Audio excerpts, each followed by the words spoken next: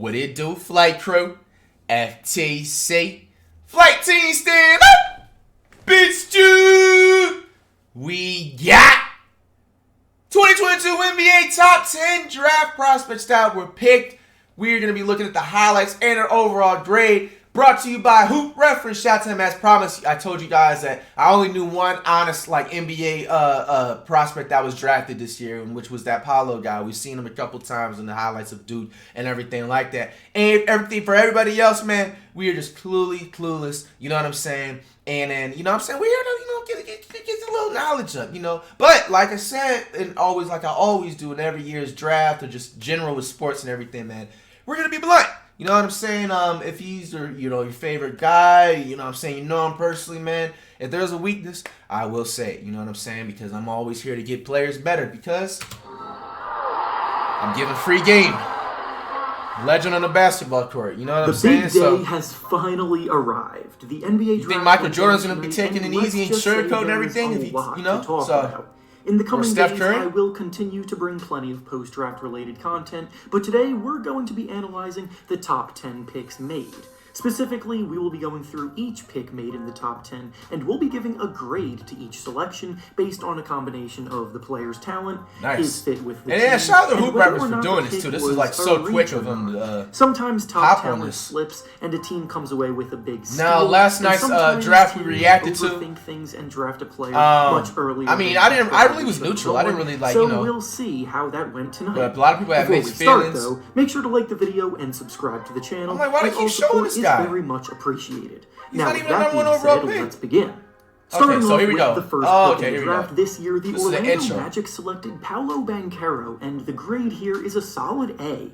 This came as a pretty big surprise to many, as almost through the entire pre-draft process. And now if they don't even just have the highlights, and if they just have them shooting around and driving with the ball, that's just enough for me to see and be able to tell. But we've already seen Paolo's highlights and everything before, so hopefully throughout the video they actually show game highlights. But either way, man, I feel like in my best comparison is like a maybe Walmart Jason Tatum. You can talk about maybe rookie Steph Marbury. And it's like, I don't know if it's awkward, but I mean, it's not really, because like the Cunningham Cade dude, he's not an all-star in the NBA yet, but I feel like it's weird because it looks like he's almost like a clone of him in a way. You know what I'm saying? I mean, not even from just like the same hair almost, but like just the player build. Maybe he has a little bit more muscle on him and everything. He reportedly interested in either Jabari Smith or they literally look like they are identically the same, bro. Him and Cade Cunningham. But I like them picking him here for a variety of reasons. And now, honestly, I feel bad for him, having to go to the Orlando Magic. You guys know the Orlando Magic have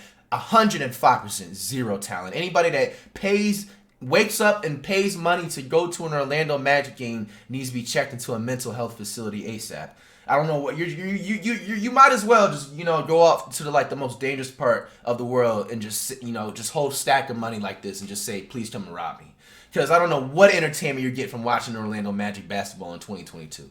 But Paolo, man, hang in there. I think if I'm him, I'm personally just ball hogging with the Magic. You're a number one overall pick. The Magic have proven the last 3 to 5 years they cannot win more than 10 games. You know what I'm saying? If I'm him, I'm coming straight out the gate, putting up maybe 20 to 25 plus shots a game. You're talking about a Walmart Jason Tatum, a shorter Jason Tatum, rookie Steph Marbury, and then he has tendencies of like Cade Cunningham. You know what I'm saying? And then he obviously going to have room to develop.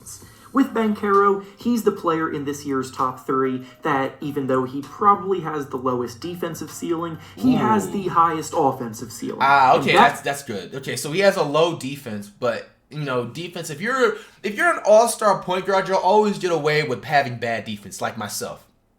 My defense isn't always up to par, but when I want to and able to and have the stamina, I've had the best defense literally in the world, damn near, in Kawhi Leonard type defense. You know what I'm saying? Most of the time, this is why I don't, with the generation, they like of coaches and just like, older heads, they just think that you have to have defense for every position. No, to be realistically honest, and I don't know how certain people will take this, I really believe the only positions on the basketball court that are responsible for defensive, just for defense overall, you have to be able to play good defense to be considered a solid round basketball player, is a power forward and center. Let's be honest, bro. You know what I'm saying? Power forwards and centers are usually big man. Big man is usually defensive first and then score second. You know what I'm saying? And maybe sometimes rare cases of small forward in which, like, you know, of Kawhi Leonard and LeBron James, where these guys both have, you know, defense and offense in their, you know what I'm saying, entire basketball, you know, style and game. But, you know what I'm saying, for the most part, most small forwards have terrible defense. Paul George, worst defense. This dude gets his ankles broken. 3 amazing highlights of him getting his ankles broken every single year. Bro, I'm literally looking like an animal mixtape. You know what I'm saying? If I'm, you know, going up on them 1-on-1. You know what I'm saying? There's a list of small forwards. The Zach LaVine dude. I mean, sometimes he's a shooting guard, small forward. You know what I'm saying? So that's not, maybe he might get a pass for it. You know what I'm saying? Who else? I mean, Butler Jimmy. Butler Jimmy doesn't have great defense. You know what I'm saying? He uses his shoulders and intimidation factor, but really, a person like me, I can blow past him 9 times out of 10.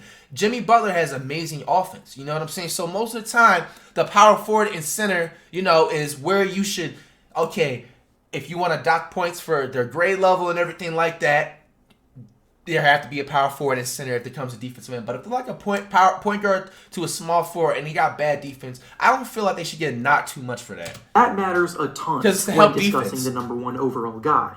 When you give him the ball, he's always ready to attack off the dribble. Yeah, he has outstanding footwork for a player his age. He's dominant in the mid-range, and he's strong and physical enough around the basket to finish through contact. He will need to improve as an outside shooter to become the star talent that we all think. Wow, I didn't know he's not a good 3-point shooter. Oh, that's going to be, yeah, you're going to have to work on that, bro. Especially being with the Magic and the way the game is going today. But regardless, he's got a bright future in Orlando. Next up is the Oklahoma City Thunder, who, with the second pick, selected this is that one Shaq guy. I think he played Curry 1-on-1, yo. That's crazy as heck. Had a clear top 3, so the top 3 picks will all be getting good grades because nothing crazy happened. Part of what goes into these grades is the fit between the prospect and the team, and I absolutely love this pairing.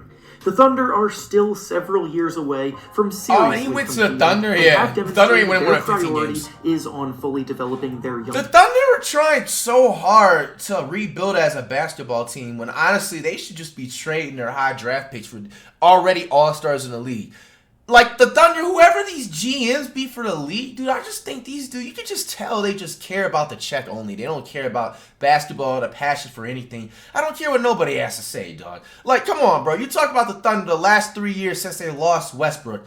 Like, you should have been traded for another star point guard or shooting guard. I mean, you have Ja Morant's brother that plays for the team, but realistically, let's be honest. If he goes to a bigger market basketball franchise like the Lakers or something like that even, you know what I'm saying? He's not even going to average more than 7 points per game, but because he's on that franchise, look, this dude, the Ja Morant's brother, and it's crazy too. Not only are these guys young for the Thunder, they're also like really like they don't have no muscle. They're really, you know what I'm saying, skinny. You know what I'm saying? There's nothing wrong with that, you know what I'm saying, because I am. You know, but when you have 5 skinny players in your starting lineup, you're going to get pushed around.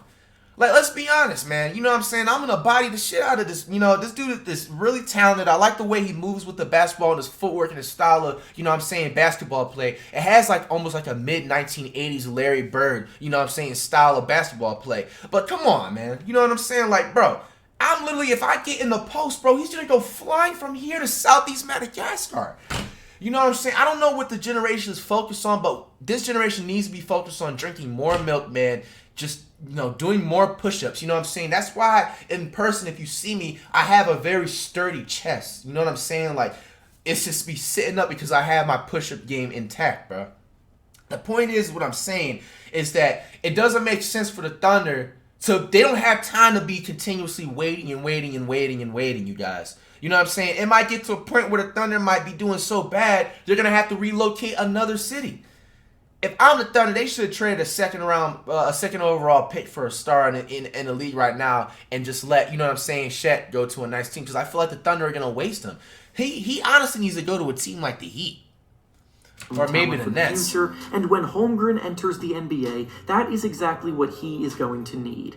In a low-pressure situation, he'll get plenty of minutes to adjust to the league's physicality while he works on adding muscle over time the next few years. Wow, that's what I'm saying. I literally said that. The Thunder also not only needed a center to add to their core, like, come on, bro. Like, bro, this dude, like, he literally has KD, you know what I'm saying? Like, Larry Bird type of tendencies, man. But bro, yo, if LeBron comes down that court, bro, and he's trying to defend him, bro, you ever watch DBZ and then like the Saiyans be fighting, and sometimes they be getting launched into the rocks, bro. He would get launched into the stands and just like right through everything. Also in major need of perimeter shooting, so adding a center that can knock down threes. He's as a center? As oh no!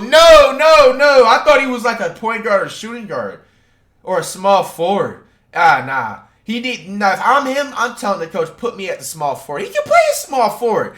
He looks like he has. No, he doesn't even look like he has good handles. Only needed a center. And for a so-called center, this is their core, but they're also. How tall is he? Major need of perimeter shooting, so adding a center that can knock down threes as reliably as Holmgren does, while he's also a shot center machine. Oh no, players like Adams or Steven, bro. He'll make Adams or Steven look like, can get out, you know what I'm saying, the next Hakeem, bro. Will make the Thunder even more of a fun team to watch. Next, with the third pick, the Jabari Smith. Now, these are what people was telling me. Apparently, I didn't know because we didn't know about the draft like that, at all like this year. Apparently, this Jabari Smith guy, he was supposed to get drafted #1 overall. Like, apparently, like, word around, the Magic held a private workout for Jabari Smith. So, he was projected to go #1. What made him fall to 2 picks down below? Because that's huge. Selected Jabari Smith, and the grade here is, surprise, surprise, another A. Most thought Smith was going to go #1 overall tonight, but the Rockets will be very happy to snag him third here. If I'm being honest, Smith is probably the top 3 prospect that fits in best with the Rockets' young core because they already have a go-to scorer in Jalen Green to continue to develop, and they're in desperate need of defensive impact, and Smith at the NBA level is built to be a secondary offensive scoring option that knocks down threes at an elite level and takes advantage of mismatches. And then defensively, he's the whole package that can defend all 5 positions at a he looks like an Andrew Wiggins. I could give him maybe like I wouldn't say Walmart, maybe like in the middle of good in Walmart, Andrew Wiggins. Because he just mentioned that he has good defense. Andrew Wiggins has good defense. And then you have, his height and the way he shoots, almost literally identical. Then defensively, he's the whole package that can defend all 5 positions at a pretty high level, which again is crucial for this young Rockets team. And he not only plays a position of need, but he can do a lot of the little things that help teams win games. Yeah, like, I ain't gonna lie, looking at his highlights, bro, this isn't #1 overall pick material. Like, that Paolo guy definitely is #1 overall pick material. You know what I'm saying? Which, and the reason why, for this you know what I'm saying? Like, and come on, like, look at his body frame. You know what I'm saying? Like, this again, like, it's too skinny. You know what I'm saying? Too bony. A person like me, bro, I'm putting him on his ass, bro. You're talking about a dude, what is he, 6'8" or 6'10"? Like, bro, I'm pushing him around easily. You know what I'm saying? Like, Paolo definitely has like a 5-year experienced NBA veteran player build. And I think that's what it comes down to. Like, you can just look at it just condition-wise. Like, I'm not going to lie to you. Like, if they had regular, like, clean drip-on urban street clothes, whatever you want to call, bro, like, I'm thinking this guy is a rapper, high-key. You know what I'm saying? I'm thinking the Jabari Smith dude's a rapper and the Paolo dude's an athlete. Because he doesn't even look like he has like a sports figure type of, build, especially going into the NBA. A lot of these dudes need to get their muscle up and need to start working out and doing push-ups because they're going to be here for a rude awakening. I can say that even though every NBA player is obviously not an all-star and obviously not nice and obviously 5-day, 10-day contract players for some of them in rare cases, they actually have some muscle on them and they're built. You know what I'm saying? So if they step out to any random pickup basketball game, street ball game, you can tell that they're in the league. You know what I'm saying? Like, if this guy plays like in some South Florida game, you know what I'm saying? Like where I was growing up, bro. Like, this dude would get put on his ass, bro. Like, no offense, no cap. I'm not saying that he's trash. I'm just saying that he needs to get his strength up. Strength is a huge thing. You know what I'm saying? He's going to go flying around, man. He not only plays a position of need, but he can do I can see why, literally the only reason I can see why he fell down 2 more picks was because of his muscle, man, and his weight. You know what I'm saying? His shoes look like he weighs more than him. Things that help teams win games. Next up, this is a very good video, man. Shout out to Hoop Reference, man. This is perfect. Keegan Murray and we got Keegan Murray. He was a center for the Kings. I'll be honest, this pick feels more like the Kings are trying to play it ultra safe instead of taking the best player available. Really? And when you're picking this early on, that strategy tends to backfire. Everyone talks about this year's class being a draft with 3 He's left-handed or top right-handed? players, but Jaden Ivey is the clear-cut. He needs to work in his handles. I know they said he's a center, but for a person that's in the league, draft with 3 clear top players, but Jaden Ivey. He almost lost the ball right there. Me, I'm gathering that and just, you know what I'm saying? Like, I'm not gonna lie. I'm seeing Tristan Thompson vibes right now. The clear-cut 4th best guy available, so passing on him very likely could bite them in the butt down the line. The Kings are trying to win now, and Murray is one of the oldest players in the draft, ready to make an immediate impact, so in that regard, it's fine. Wait, it's like the same person passing to the same person. How is that possible? Before they're competing for anything significant, and passing on a talent like Ivy for this short-sighted goal is not a move that I'm a very big fan of. Wow. Next up with the okay, so here we go. I had some people DMing me after I watched the draft that said that I should definitely keep an eye out on Jaden Ivey, dude. Apparently, like they said, he's another Ja Morant. And this is crazy because the guy, Hoop Reference, said that the Kings passed on him. The Detroit Pistons they have that Mitchell dude, so it makes sense. Here is a very strong A. Pistons fans were never heard of him incredibly disappointed on lottery night when they came away with the 5th pick, but having Ivy fall to them here makes a lot of that pain go away. They just drafted Cade Cunningham last year to build around, and now they have his backcourt running mate to pair with. Ivy incredibly disappointed on lottery night. Pistons, very strong. Wow, the Pistons got Cunningham and this dude. Incredibly disappointed on lottery night when they came away with the 5th pick, but having Ivy fall to them here makes a lot of that pain go away. They just drafted Cade Cunningham last year to build around, and now they have his backcourt running mate to pair with him for the foreseeable future, and as a duo, I really like their fit. Cade is a more under-control ball handler with terrific court vision and a fluid ability to create shots for himself. Then Ivy can switch things up and push the pace with his blistering speed and explosiveness around the rim. This young backcourt can now give you a little bit of everything, and the Pistons... I'm seeing the same player comparison as Bones from Nuggets. Rebuild is off to a strong start. Up next with the 6th pick, the Benedict Mathurin from the Pacers. And the grade here is a B-. Mathurin is a player who was a fringe lottery talent for most of the season until he exploded in March Madness, and then he followed that up by reportedly killing it in a ton of personal workouts with teams in the pre-draft process, resulting in wearing my basketball number in 9th grade. Here. The Pacers just traded for Tyrese Halliburton to be their floor general to build around during their rebuild, and Mathurin will now be sliding in alongside him in the backcourt to be a scoring threat that will benefit from Halliburton's playmaking ability. I like the fit here a ton because I don't think Mathurin is someone that would excel in a role where the ball was in his hands too much, but Halliburton will make his life a lot easier early on so he can focus on his strengths, which are getting to his spots as a cutter, knocking down shots, and attacking the basket.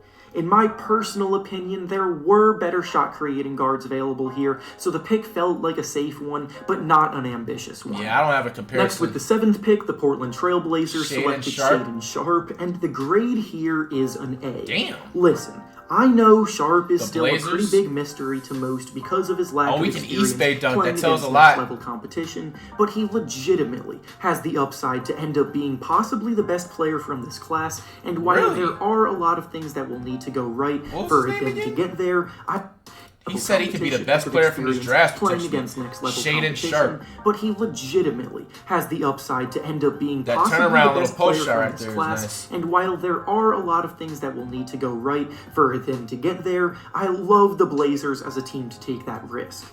The Blazers right now are in a mode where they're basically trying one last time to build around Damian Lillard and win games with him around there. But if it doesn't work out, then a rebuild might be on the horizon for them. If they go that route, Sharpe is an incredible place to start as someone who arguably has the highest offensive ceiling in the class as a shot creator, finisher at the rim, and outside shooter. He's a big guard with a smooth handle that can jump out of the gym. And while some might not be as bought in on him as I am, I'm very high on Sharpe's potential. Yeah, now Next he's got up potential. with the 8th pick, the New Orleans Dyson Pelicans Daniels? selected Dyson Daniels, and the grade here is a B+. Daniels impressed scouts a ton in his time with the G League Ignite program, not because he's a flashy player that scores a ton of points, but instead because he's the kind of player that does the little things to win games while playing a selfless brand of basketball. The Pelicans are shifting more towards contending now, and they have enough go-to scorers in Zion Williamson, Brandon Ingram, and CJ McCollum, so a youngster like Daniels could prove valuable in their rotation because of his playmaking skills and defensive tenacity. Next up, the San Antonio Spurs selected Jeremy Sohan, and the grade here is a C+. The Spurs are one of the best organizations at developing talent, but if I'm being completely honest, it feels like for the second year in a row, the Spurs have reached kinda hard with who they selected after taking Josh Primo in the lottery last year. Sohan is a player that brings a ton of versatility defense. Where's the highlights of him? He must not be good. He's a 6'9" forward that has good court vision and a natural ability to find the open man, but offensively his upside is pretty limited as a scorer. He projects as a strong role player, which is fine, but not the kind of thing that most teams look for in the top 10 of a draft. And finally, with the 10th pick, the Washington Wizards selected Johnny Davis, and the grade here is a nice B+. Davis has an incredibly natural ability to score the ball, who has an incredibly advanced mid-range game in his arsenal. He comfortably gets into the paint and finishes well inside, and he's also one of the best rebounding guards you'll see, too, having grabbed 8 per game last season.